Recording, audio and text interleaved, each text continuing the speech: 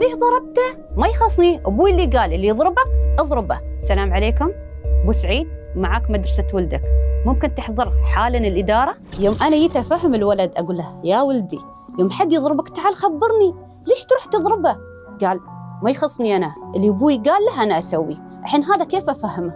كيف أفهمه إن في طريقة للدفاع عن النفس؟ بالعكس أنا معاكم، لازم نعلم أطفالنا أن يدافعون عن نفسهم بس بطريقة صحيحة. علموه يحمي نفسه من الأذى بدون ما يؤذي غيره، لأن الدفاع عن النفس مهارة مهمة نفس أي مهارة، لازم نعلمها بوعي. لا تستهينون بأي معلومة تعطونها حق طفلكم، يمكن هالمعلومة اللي تعطونها تكون ردة فعل الطفل عنيفة وتوصل للمستشفيات وشكاوي وكتابة تعهد.